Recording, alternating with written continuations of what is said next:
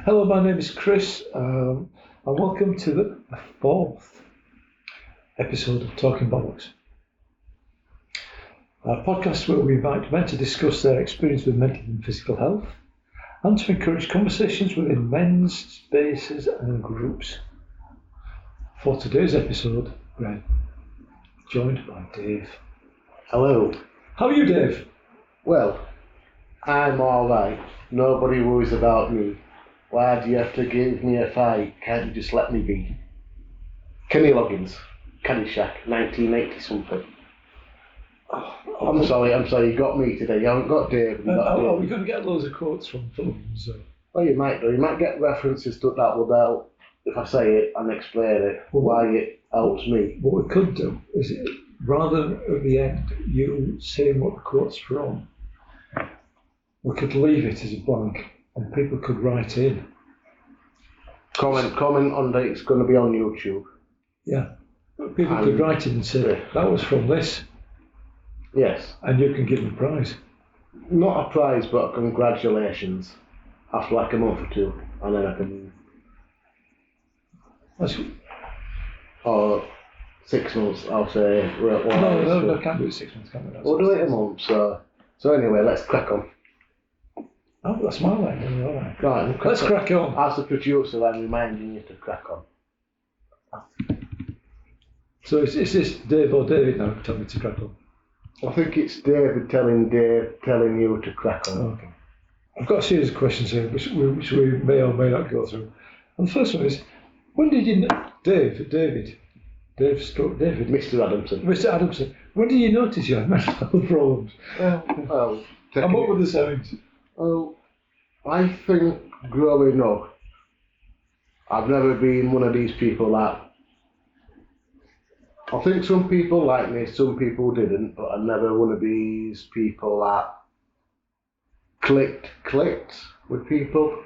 I've had friends growing up, but as I got older and kind of knew that I didn't fit in with a lot of other people. I always felt like, not a lone wolf, but a bit of an outsider. Yeah. So I always felt, for various reasons, I never quite fit in. Sometimes I heard people welcome me in because it was polite, and some people did like me, but it kind of felt like it was nice of them, but I kind of felt like it wasn't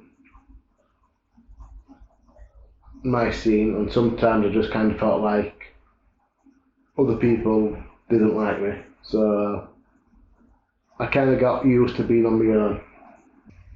And then a few years later, when I was about 26, I was working in childcare, because that kind of thing of being normal, not many men were doing that job, working in childcare. There were male teachers, mainly in junior school upwards,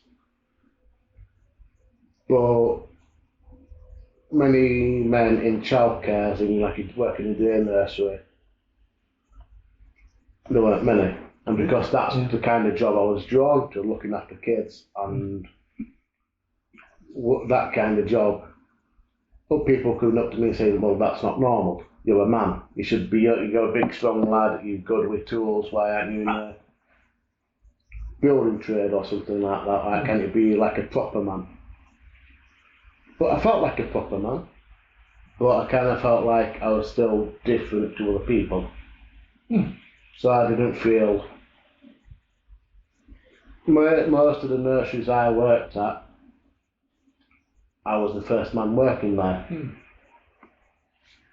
And a lot of places said, all those places said, I'm good with kids. I had parents coming up to me saying, your son talks about you. I kind of felt embarrassed, because it's that thing of people telling me I'm doing a good job and great job. Yeah. But I never saw myself as... And I'm more like, I didn't see what I was doing right. I knew I was doing my job right, but I didn't see me as a person doing the job right, if that makes sense. I only went in just to make sure the kids were okay, they looked after them, were, but I didn't go in because people said telling me I was doing a good job. Well, I should be doing a good job anyway. You're working with kids, and that you do your best and hope you go by it. So another thing I saw myself as you never do a job for praise, and I felt weird taking praise. And it's like, well, you're supposed to be doing that job anyway, or at least trying to do your job.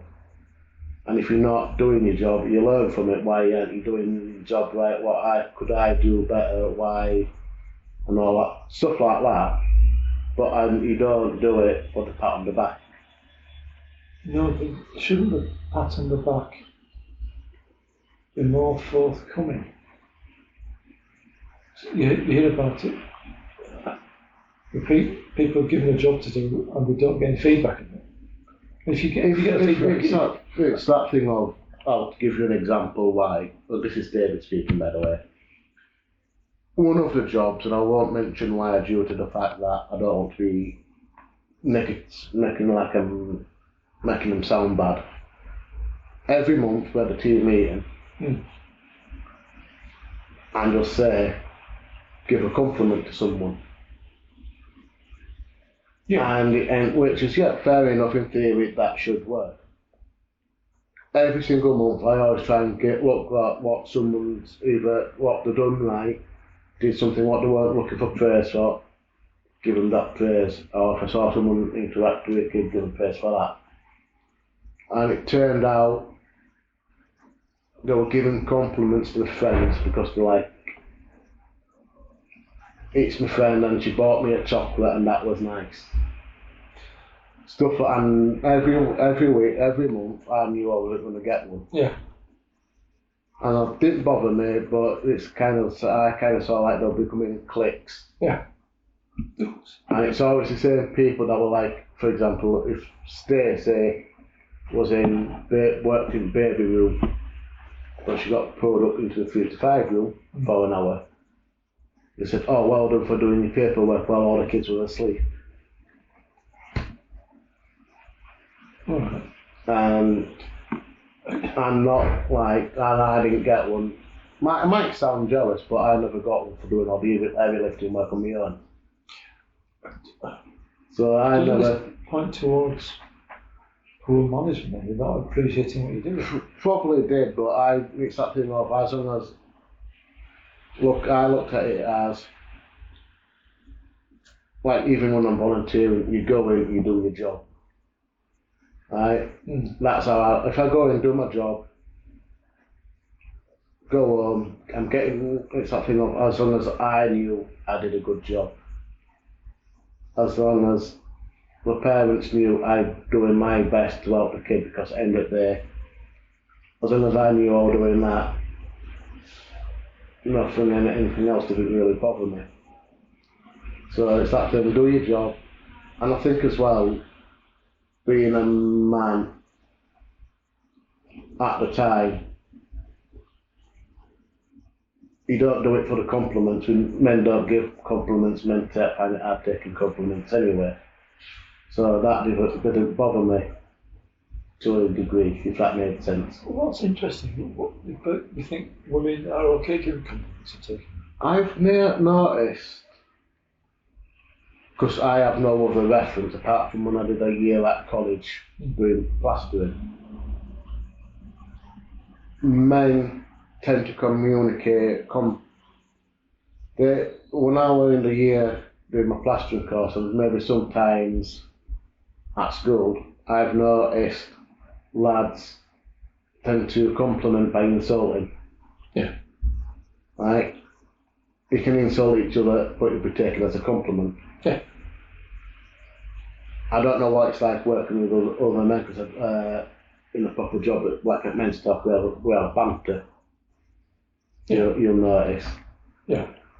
And I've noticed in Men's Talk, we're starting to notice with some people do give compliments a lot better than I saw 25 years ago. Like, you did a good job there, like that. And they'll give But it's better now when you're given constructive Yes. criticism. Sometimes I like, if I'm giving constructive criticism, I try and not, I can say it in front of lads now and people tend to take it a bit more on the constructive side, but sometimes I might just take to one or two lads and say, because they're sensitive, I might say, or maybe if we do it like this, maybe we do it like that, and then because it's not in front of other people. It's the old saying of, I always go and try and, the old saying, praise in public, critique in private.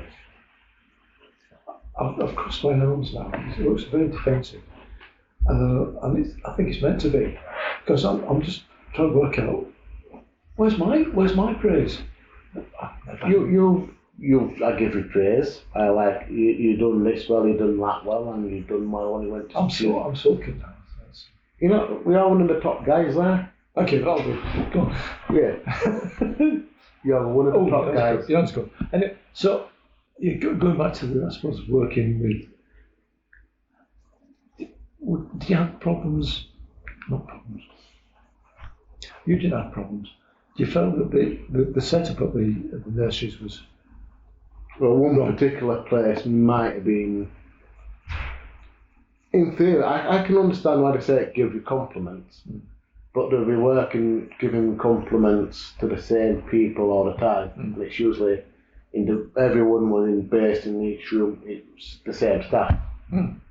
Whereas when with me, I was either in 3 to 5s or 5 to 6 rooms, and because I enjoyed work with babies, I look at a baby and what do I do with it? What do I do? Yeah. Whereas I can tend to go with the 2 to 3s and 3 to 5s because they can at least communicate. I understand, like, I've held a baby and looked after a baby, fed the baby, changed the baby's nappy, and like, apart from that. So just sit there. I just sit like, what do I do? Yeah. With kids, at least, they understand that, they understand me, I understand the kid that I'm there to play with the toys. I've got to be careful to word them. Yeah. Show them how to play. Show them how to play. Night after times where I reinforce, like if they've been any, if they're showing any bad behaviour, their behaviour is bad, not the child kind of view. Yeah. Like we don't do all that, so like no, we don't do all that. If we're going to hit another child, no, we don't do all that. Throwing a toy, about to throw a toy and watching out for that. Older end, if I saw a child throwing a toy when they've been told not to, like, "Oi, come here, come sit down here for a couple of minutes. Yeah. You know what you did wrong," and reinforce that. Didn't like it because you're telling the kid off what you got to do. But it's that thing of, and also as well, praising, and that's where praising and you don't want to be humiliating people, do you? It's that thing of, it's not being nice, humiliating. This humiliation, I suppose, it goes back. It can go back to school, because there were times when we were at school when we were teachers humiliated you for foot, let's like Pink Floyd, they've been breaking the wall several times in that. Talk about how teachers humiliate the children, and half at time they said it was educational. It might have been, but also as well they did it just for the enjoyment of humiliating a kid. So that's the first question, that, isn't it, really? Yeah. No, the first question is what was your reference there? You've already given the answer, so they can't write in the comments. But there's no, come on. I know Michelle, I know, or Michael, you might play out with me for saying this, but I'm trying not to be the joking all the time. You're trying to be David. I want to be David. I don't want to be the joking all the time, but there'll be through this. Sorry, Michael, but I want to be. Sometimes that's how I communicate, by joking. And people might understand my references if I'm telling a joke, and this is why I'm telling a joke. I try not to do all that. I'm trying not to do all that, but I'm trying to be a bit more clearly spoken for the masses, not just certain For people who know you. Yeah. And I think, going back with my mental health, when I first knew I was mentally unwell, I got sent home from work one day. They said, something's happened, you know what I've done wrong? I goes, no. Anything you've done to this, anything you might think you've done wrong? No, I've done not wrong, I'm sure I did, someone would tell me. Alright then, you need to go home, we'll contact you. Alright, and I was home for about 3 weeks. I was phoning work up saying, what have I done, what's going on? I'm at home, I don't know what's going on. It's alright, don't come at you're on suspension, this is why and all that same old stuff, we can't tell you what's going on. And that's in your head, like, you're going, I'm like awake at night, 3 o'clock, 4 o'clock in the morning, I'm going back to bed. Even I went to bed at 10 o'clock at night, I couldn't sleep because I'm going through my head, what the hell's going on? No one's telling me stuff. I got told I can't talk to members of staff, not to talk to any kids if I come across parents or children outside, not to talk to them. And I'm thinking, I can't do that. If a parent talks to me with a kid and I'm at Asda, what am I going to say? There's no one said, tell me what to say, there's no script of. I said, I don't know, I'm just on my holiday. Yeah. And I'll say, you're on some long holiday, you've been off 3 weeks, 2 weeks, 3 weeks. And on the 4th, I was sent home on the Friday afternoon. 4th Monday morning, I went to the doctors, explained to them what was going on. Just I'm not sleeping, I'm not eating. I'm worried and all this on my mind. Got diagnosed with anxiety and depression. So, turned out what I was doing, I was actually doing my job. When the kids get toys out, in certain, like what you call a construction house, so you got your Lego, you got your wooden bricks, you got your Duplo, you got other various kind of toys where you're encouraged to build. Like a car section, toy cars and all that were for there. So all the children were told, and they were encouraged to put toys away. If you get a toy out, put it back. Maximum of 2 boxes of toys, so you might have Lego and toy cars. So that's your 2 toys. If you want to get Duplo out, at least one set of toys go out, and then the other one can come back in. All the kids were encouraged to put toys away. There's times where adults also help to tidy up so kids aren't overwhelmed by. That's what I was doing 1 week, and then when we were playing out to play, that play time, so you can stay inside if you wanted to. If you want to go outside, you can do. But sometimes, if there's too many children out, due to staff-children ratio, they'll say, don't send too many kids out. So it's that thing of if one kid comes in, another kid can go out. This one particular kid was saying, I want to go out, because no, not at the moment because of this reason. I explained it to her. Other members of staff explained it to her as well. And then a parent said that it was me that was picking on the child. Alright. So it ended up in a situation where the child went home and one day and said, I'm making it to tidy up. I'm sure only one playing in that area. And turned out that I was doing my job and saying, well, come on now, put toys away. But if you want to play with these, we've got to put these away first. Or these away, we can't have all the toys out. And other staff saw me do all that. I said, yeah, you were doing his job, that's his job. So doing stuff like that. and it turned out I was doing my job. So I spent 3 full weeks Worrying about something, being a man, worrying about what people saying. So that was on my mind, and that kind of like made me anxious because I was worried if I got suspended once on. I wouldn't say doesn't look good on your record. it doesn't look good. I mean, said, oh yeah, it's totally fine. He's doing nothing wrong. But that's going to be with me. That's still with me. So I went back to the doctors and said, look, this and this is happening, and I kind of felt relieved that I was cleared. But that thing of I'm going to get suspended, I'm going to stick out now. Yeah. So I started going back to work, and I went to work one day and just like said to the deputy, I've had enough, I can't deal with this. Ended up going home, booking an appointment with my doctors, and said, because I went back and I was glad to be back, and all the kids were saying, we missed you, where have you been? And I went, I had to work on my farm, because at the time I had sheep, ducks and all that. So saying, I've had to look after them. Oh, he could have come in and said hello and told us. He goes, yeah, I'm sorry, I couldn't.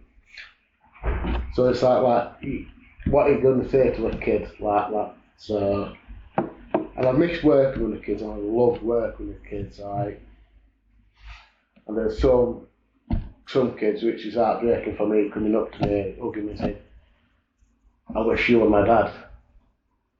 Obviously there's boundaries there. I had to answer it professionally because he didn't have a dad. And that kind of like, well, I'm sure you'll get a dad someday, and you're strong enough that you don't need a dad. Yeah.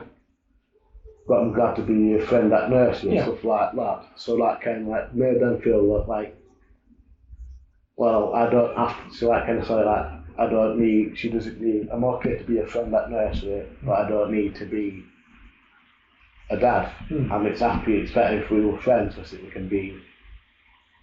I'm not going to be that father figure. No. Male role model, yes, but not the father figure. Yeah. So stuff like that kind of made up life worth. Stuff like that was said, oh, we missed you, and I'm like, I must be doing something good if they're saying that to me. Within boundaries, obviously. So I started going into work and I started having anxiety of, I got suspended once, it could happen again, and all that. So, and then if you're getting suspended for doing your job,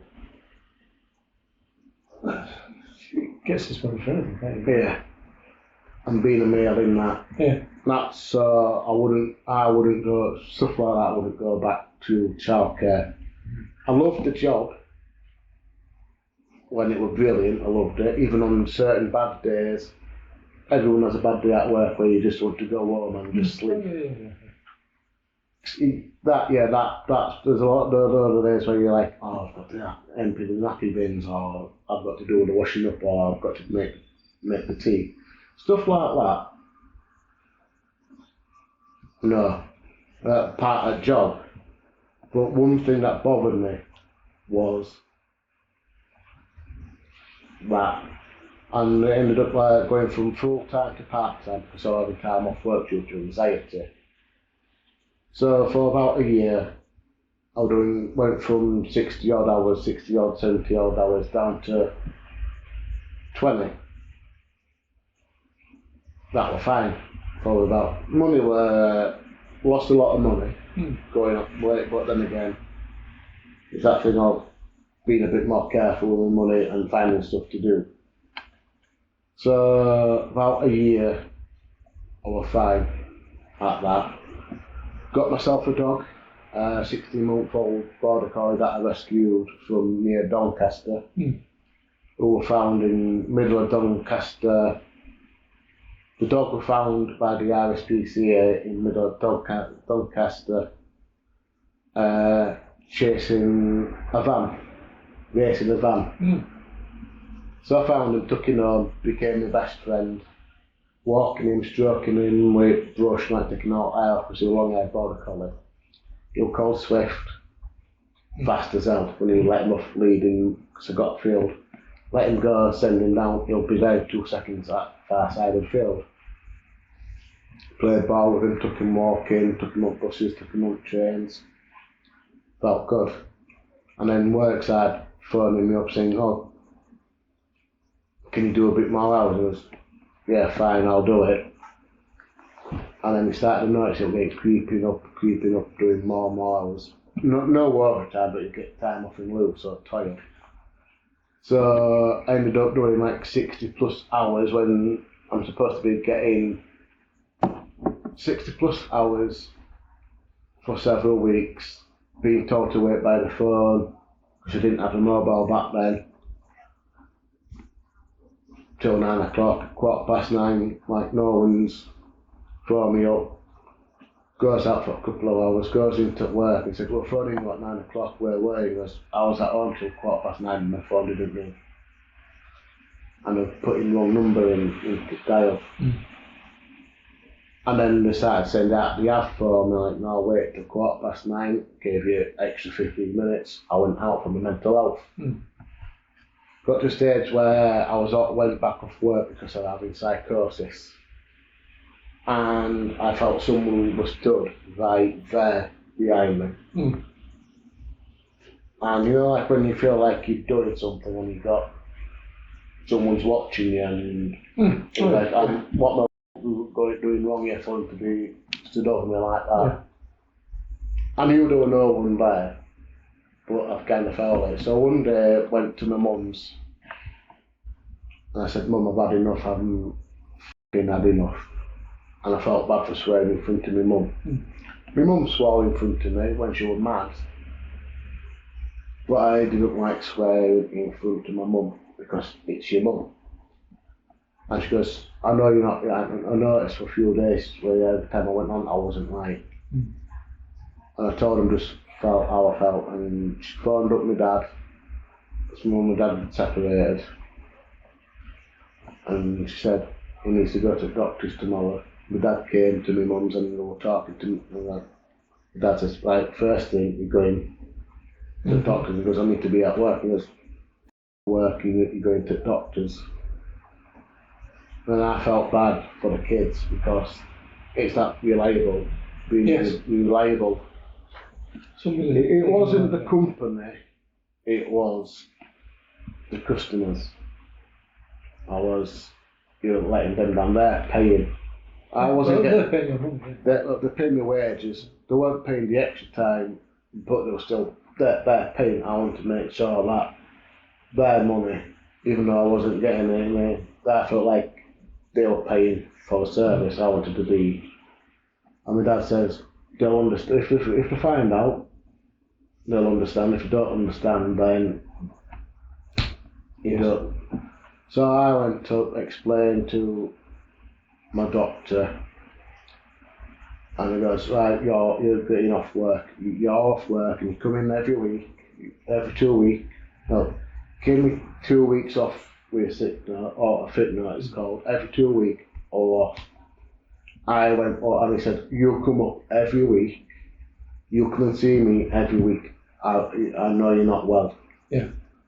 And I ended up seeing someone at Oxford Road in Dewsbury, psychiatrist.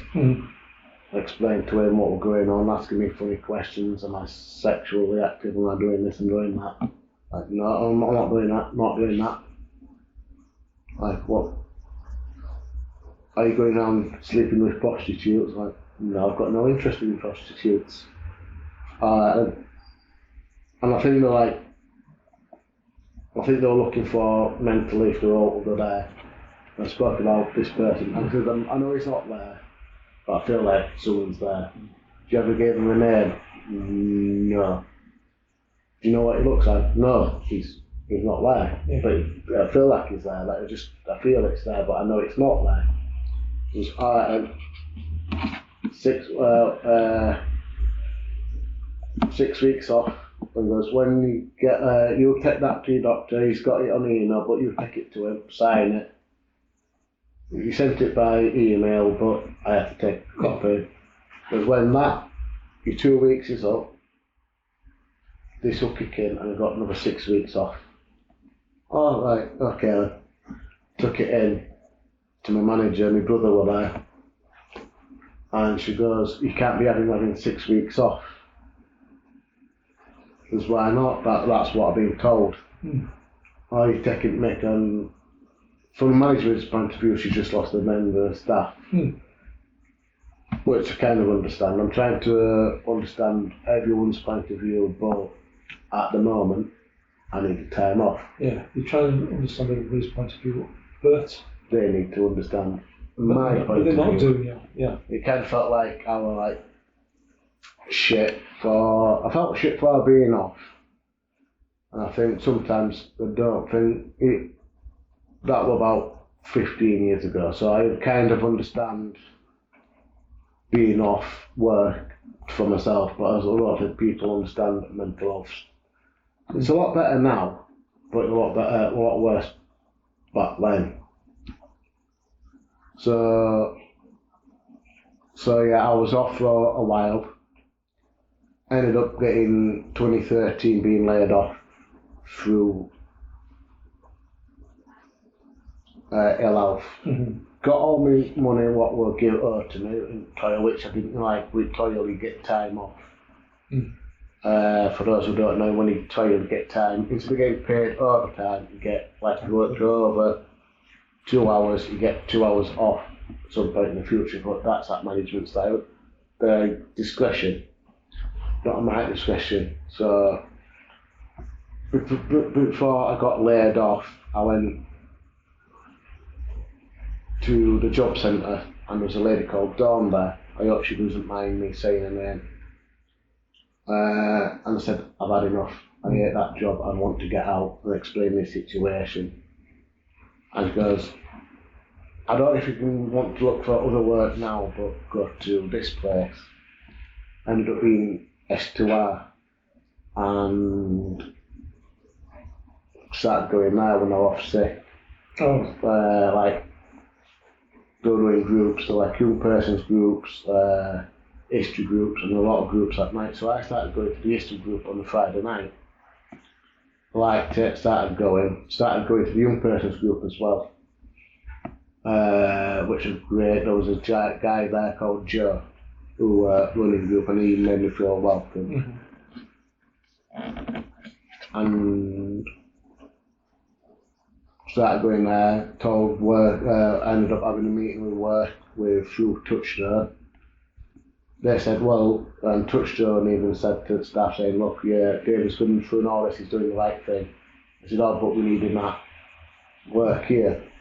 And he goes, well, if he's got mental health issues and they've got a group on, he's got to go to that group. Yeah. But we're paying him, well, yeah, you are paying him to do a certain amount of hours when you need them. But he's been off work, while his mental health goes, yes. So he's going 11. So I said, well, they wanted, and then it turned out, we found out that work wanted me to quit, not get made redundant. Because it's cheaper. Well, because it's cheaper, but because I quit. But they said, they said, well, you can either lay him off or you keep him on sick. So they ended up laying me off then. Laid me off, got all my back pay from my toil, paid me back, paid me back in overtime. They paid me back because I've been there about 5, 6 years, 7 years. Started off bank staff with one manager left, but they managed to take over. I think without staggering my wife, I knew why she wanted to do all the stuff she needed to do. Totally get that, but I don't think she knew my side. Or couldn't understand it, or I don't know, I'm not going to say which is which, because I don't want to be accusations. But I kind of understand that she tried to run a business, so I don't want to make her feel bad. I'm not saying it's her fault, but I think there's a bit of there could be stuff from her bosses. Absolutely. I don't want to be just saying it like anyone's fault. I think it's just shit happened. So I started going to S2R, and then after S2R, Clear took over. Started doing more and more groups, and at this point, I'd lost my confidence. I was still going to the history group, and I was going to the young person. I got to a stage where the young person's group was 18 to 30. I turned 31, so I stopped doing the young person's group. So like finding other groups, and I was still like looking down on the floor, didn't really much talking to much members of staff. Not eye contact, I'll talk to them, but I wouldn't. I might look over there or look at the mouths as the talker, so I can, but I wouldn't look at the eyes. Yeah. And there was this member of staff coming to Clear, working at Clear. I nicknamed her Nightwing because I like Batman and Naz. Yeah. The reason I call myself Batman is two reasons. I say it as a joke both times, but there's like Batman. He's supposed to be the Dark Knight. I felt kind of dark. Yes. And people said I always made other clients made them feel welcome with my smile, so that's Bruce Wayne. And I call this member of staff Nightwing. I won't mention the name, so I'm not embarrassing them. It's because every group I was in, like most of the groups, she were there. So I started calling her Robin, Batman Robin, like you, and I started helping clients because I was like one of the longest running clients. Most groups I was like doing that, so like Batman and Robin. And she was helping me with my mental health as well, and this other member of staff. Because I kind of called her Robin because she was like most of the groups I was at, she was there most times. So it's like, that's why people call me Batman. Or joking, it's Batman because I always going on about Batman being my favourite superhero. I do have others. So that kind of helped me saying, well, Batman gets up, Bruce Wayne has a smile, but I want to get back to that. But it does have a bookload, doesn't it? That's nice. Well, yeah, but Stuart doesn't do what he's told though, so. So hiya Stuart. So stuff like that. And then it got to a stage where I didn't more and more confident in myself. So after my time with Clear, at the time we had 6 months off and then we can come back again. But I didn't do that. Nightwing and my key worker, Jess, said, we noticed that you're helping other people, we're making other people feel at ease and making them feel welcome. Well, that's just being nice. Yeah. Like I'm a nice person, I'm showing respect that other people's showing me, so you show that respect. Even when no one's done it, you try to show respect anyway, and show that, make them feel welcome. Because some people might snap at me or this, that and the other, but that's not them, that's the mental illness. And I understand they might get snappy, so even then, besides being there, I understood it. I might not understand that person's history, but I understand how mental health can make people feel overwhelmed, so just show them the respect that they needed. And I said, should I come back as a volunteer? And I said, no, why do you want me to come back? Because what you've been doing. And like, bit of like, in and ahhing. Came back as a volunteer, helping with groups. I was like doing what I did before, knowing that I wasn't a client anymore, so I still had to be slowly brought up back my standards. Yes. Do you feel better than you did? I think. Do you see an improvement? I think I'm more talkative, making more eye contact. Yes. And I'm starting to question things, not in a bad way, just like I'm asking, well, what's this do, what would we do if we did that, and all this, that and other. What do you do? So it's like I'm asking questions as for other people. Well, I hoping I am. That there's no such thing as, there's a silly question when you'd be acting goat and all that. No, there's no such thing as a silly It's question. like, well, there's a joke questions like, do you have a blocked nose? Yes. How do you smell? Pretty badly. Yeah. If you're in the group though, There's somebody asking that silly question. might be embarrassed asking that question. Yeah, but I was thinking it gives them the opportunity to follow it up. Yeah.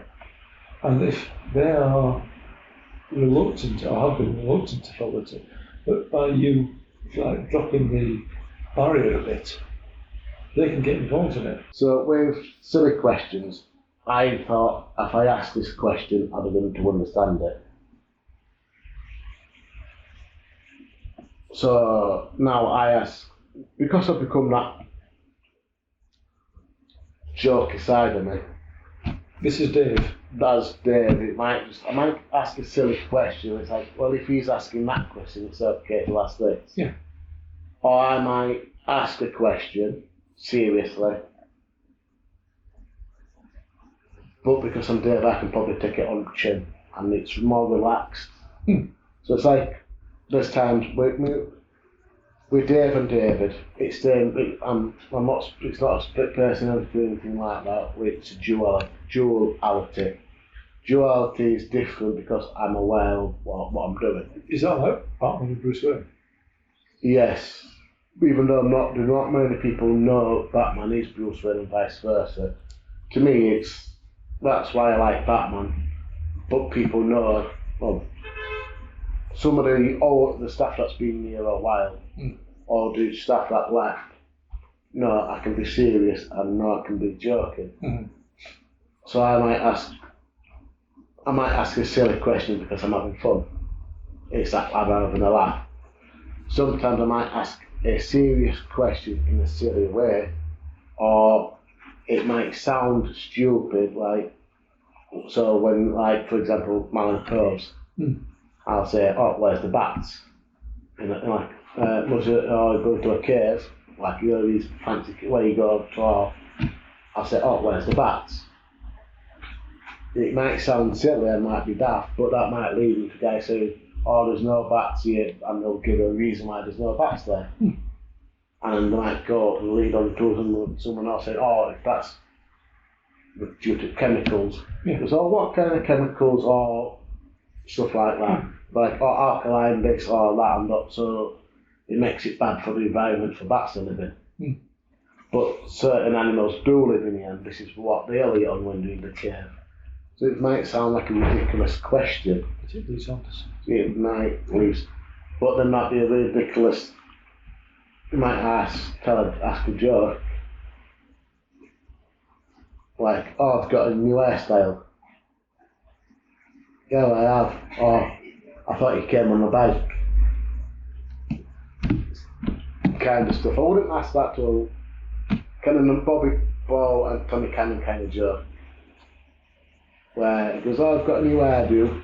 Or if you come on the bike with stuff like that, like Bobby Ball being an idiot. Right. Making, like, it's okay to be So cannonball is somebody that your grandparents can look up on the internet and find out who they are. Yes. For explanation. Explanation. There are, some of it is outdated, and yeah, it's outdated and it's for very good reason. But there's a lot of it that's still there that's relevant. So stuff like that. So I try to be Dave.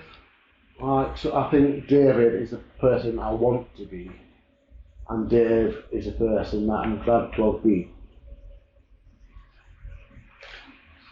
But I think sometimes having that balance there. But both of them were planned to you, right? But both of them is me. Yes, okay. Well, it's that I'm getting more of a balance. What are you doing now as a volunteer? I've transferred from Clear, which is now called In Clear, to Men's Talk. I've been with Men's Talk since it started, part of Clear to Men's Talk Digital, and I'm making videos with Stuart. I don't want to go into play now because I think that's something that I loved doing, but I don't want to be in the play because I've done it. And I kind of go around with you guys. I help with you guys with rehearsals. I might record rehearsals. I might film the rehearsals and the performances, making the podcast. I know this one's gone out of control because I'm not used to being in front of the camera. No, you're just letting you flow. Yeah. So I'm not usually behind the camera. Adrian's directing today. I'm normally sat next to him. In wrestling terms, I'm usually in the gorilla position. There is a video online about what that means, what that is. What I want to do is maybe go into like a key worker job, like the Duck Clear, maybe something different, but somewhere on that lines. I've got enough. I think I'm getting more. I need to probably at some point do something else to gain more experience. As much as I don't want to leave Men's Talk, at some point I feel like I probably need to leave. It's like what I said earlier about friends. Sometimes we might go our separate ways and we might come back again. But it's that thing that I don't want to fall out with the guys, I don't want to fall out with Stuart. At the moment, some point in the future, I want to go and do something else. We haven't decided what yet. I want to do something like what Michelle does, Nightwing. That kind of like supporting people. Yeah. I know it's not childcare, and I do miss childcare. And I love doing stuff like that, helping people. And that's what I want to do. And where the thing's going now, I don't want to be on benefits all my life. I don't want to be on them now. Never wanted to be on claiming benefits or anything like that, but I think I'll have to start earning my own money. As much as I hate taking money off of people for jobs, we live in a capitalist society, not in a... So I think ideally, you do a job what suits you, you can do it and not have money, you don't need money. Right, that's an ideal world. We're not an ideal world, we've got to make what's best of it, and I think earning my money, I can look at my bank account and say, that's my money, I've earned that. Not and like, instead of saying, instead of going on the thing of, you've paid into the system, it's okay to take out. I think for so long that's a good mindset, I've paid in. But at the end of the day, I feel bad that other people still paying in, and I'm taking out, and I feel like, yes, I'm volunteering, and I'm giving back to the society, but I still feel like that's not my money. I know job centres are like, get a job, get this and that, and I understand that people can't work due to various reasons. And I think this could be me feeling bad, but I think they need it, not me. Does that make sense? And people say to me, I'm allowed to. I'm one of those people, but I've got depression and anxiety and I can't get the full-time work yet, or part-time. But that's where I want to be. I want to be at least improving myself. I want to be improved. And I think me wanting that is a sign that I am recovering. Yes. And I think that's what Clear is, in Clear, that's what Men's Talk is. It's like a stepping stone back up. What have you got that hat on? I've got this hat on. Yesterday was my birthday. I'm 24. And today, I'm 24. Where's my birthday card, Chris? Where's my 50 quid money? It's in your card, yes. In the post. It's in the post, without a stamp. Absolutely, today... Have you seen the price of stamps these days? £2 odd, isn't it? Yes, when I removed, it used to be 25p a stamp. Today is the second anniversary of my mum's passing, and I think my mum encouraged me to keep on living when I was suicidal. There was a time I was suicidal, and I took her to Leeds once when me and my nephew said, let's go to Leeds. I said, do you want to come, Mum? And she goes, yeah, alright, then I'll come. Took her to Leeds Market. They were like hats for sale, so I bought two hats, gave one to my nephew, and my mum were like, yeah, have some money. I'm like, Mum, it's your money. I don't want it. And she goes, right, they were two for £5. She goes, yeah, have his hat. Well, I'm paying for his hat. And I was, alright then, because his grandmother, like Phil. And there's a photograph, I've got a photograph of my mum wearing this hat. And it's on Facebook, and that about 18 months before she died. We're at someone's birthday. She put it on as a laugh, took a photograph of her, and it was one of her favourite photographs. Yeah. So I'm wearing this hat today on what would have been second anniversary of her death, and I'm hope she's proud that both of us are working on a podcast. Good. We always argue with each other sometimes, me and my brother, and I hope people realise we're not being malice with each other when we argue. And there's also it's that's where how we communicate, and I hope it doesn't. We don't argue in front of other people, apart from our men's talk, and and I hope they know that.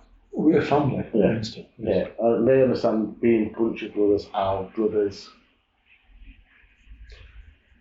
Relate. Yes. Sometimes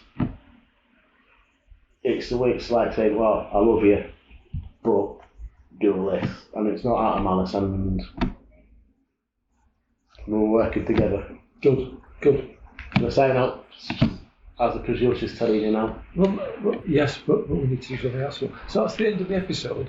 I'd like to say thank you to David, to this point, how he's doing. Thank you for joining us. Hope to see you again. This has been a Talking Bollocks podcast, a Clear Minds Talk production. In an association with the Adamson Brothers Studios. Pardon? Say it louder. In association with the Adamson Brothers Studios. Yes, in association with the Adamson Brothers Studios.